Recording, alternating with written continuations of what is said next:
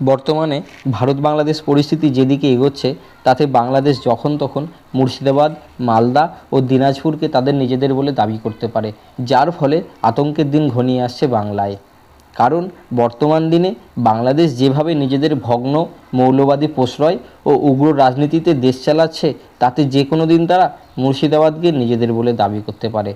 এবং এ বিষয়ে নিজের ব্যক্তিগত আশঙ্কার কথা বলেছেন মুর্শিদাবাদের প্রাক্তন কংগ্রেস সাংসদ অধীর রঞ্জন চৌধুরী।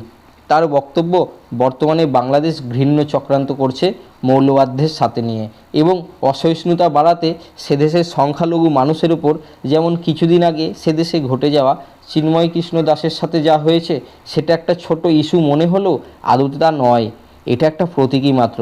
এবং এই বাংলাদেশ ভারতের জন্য বড় বিপদের কারণ। তার বক্তব্য, ভারত যেদিন স্বাধীন হয়েছিল সেই দিন মুর্শিদাবাদ স্বাধীন হয়নি, তার দুদিন পরে মুর্শিদাবাদ স্বাধীন হয়েছিল। বর্তমানে মুর্শিদাবাদের 70% মুসলমান, তারা আওয়াজ তুলতেই পারেন যখন তখন, এমনই আশঙ্কা করছেন কংগ্রেস নেতা অধীর রঞ্জন চৌধুরী। বাংলাদেশের তরফ থেকে বাংলায় মৌলবাদীদের প্রভাব প্রতিপত্তি দিন দিন বাড়ছে।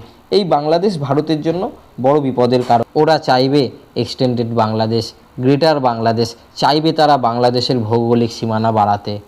সম্প্রতি বাংলাদেশের ইউনূস সরকার ঘনিষ্ঠ অন্তর্বর্তী সরকারের ছাত্র উপদেষ্টা মাহফুজ আলম সোশ্যাল মিডিয়ায় একটি নতুন মানচিত্র পোস্ট করেছিল, যেখানে তারা ভারতীয় ভূখণ্ডের বেশ কিছু অংশ, যেগুলি বাংলাদেশের অংশ হওয়া উচিত বলে দাবি করে, এবং যেখানে তারা পশ্চিমবঙ্গ, আসাম, ত্রিপুরার অংশগুলোকে বাংলাদেশের অংশ হিসেবে দেখানো হয়েছিল। যদিও পরে পোস্টটি তিনি সোশ্যাল মিডিয়া থেকে মুছে ফেলেন।